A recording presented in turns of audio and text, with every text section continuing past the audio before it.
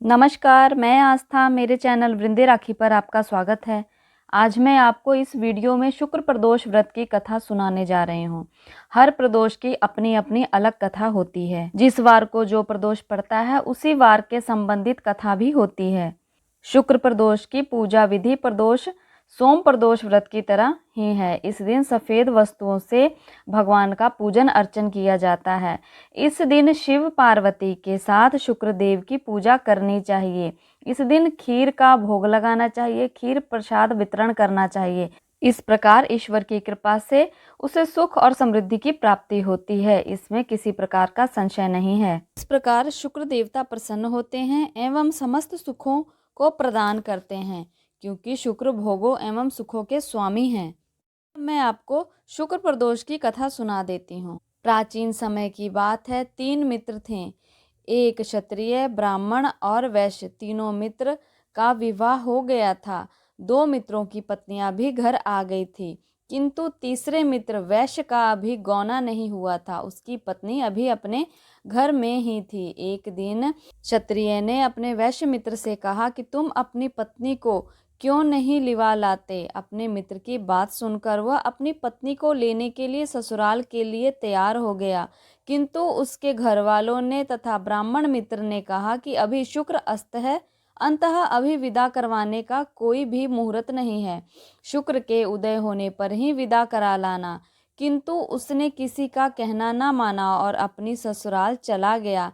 दामाद को आया हुआ देखकर उसके ससुर ने आने का कारण पूछा। तब उस वैश्य ने कहा कि मैं अपनी पत्नी को विदा कराने आया हूँ। ससुराल वालों ने कहा कि अभी शुक्र अस्त है, अभी विदा करने का कोई उचित मुहूर्त नहीं है, परंतु वह ना माना। ससुराल वालों ने लाचार होकर अपनी पुत्री सहित उसे विदा कर दिया। रास्ते में घनघोर जंगल में रथ का पहिया टूट गया, जिससे रात को वहीं रुकना पड़ा और चोरों ने आकर सारा धन लूट लिया।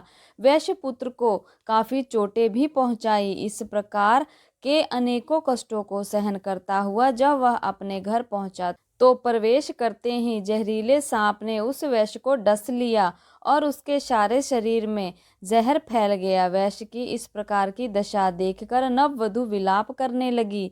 इतने में उसका ब्राह्मण मित्र आ गया। उसने कहा कि मैंने तुम्हें मना किया था कि शुक्र अस्त है, इस समय विदा करवाना उचित नहीं है, किंतु नहीं माना। इसी कारण इसे यह दुख प्राप्त हुआ है। यह अपनी पत्नी सहित ससुराल लौट जाए और शुक्र उदय होने पर ही वापस लौट कर आए। ऐसा करने से निसंदेह ही इसके सभी कष्ट दूर हो जाएंगे। ब्राह्मण मित्र की बात सुनकर उस वैश्य की पत्नी ने अपने पति को साथ लेकर मायके जाना उचित समझा और वहां चली गई। वहां जाते ही वैश्य का जहर उतर गया और उसे होश आ गया। सभी लोग अत्यधिक प्रसन्न हो गए। जब शुक्र का उदय हुआ तब वह वैश्य अपनी पत्नी सहित आनंद पूर्वक आकर रहने लगा। शुक्र अस्त होने पर कोई भी मांगलिक कार्य नहीं करना चाहिए, ये हमें इस कथा को पढ़ने से पता चलता है। इस कथा को पढ़ने या सुनने से मनुष्य के समस्त पाप नष्ट हो जाते हैं और सुखों की प्राप्ति होती है। तो ये थी शुक्र प्रदोष व्रत की कथा। इसी प्रकार बाकी भी जो प्रदोष व्रत होते हैं अलग अलग वारों के, उसकी कथा भी आपको मेरे चैनल पर मिल जाएगी, क्योंकि उसका एक अलग प्लेलिस्ट है, तो आपको आसानी से प्राप्त हो जाएगी। आप देख लीजिएगा।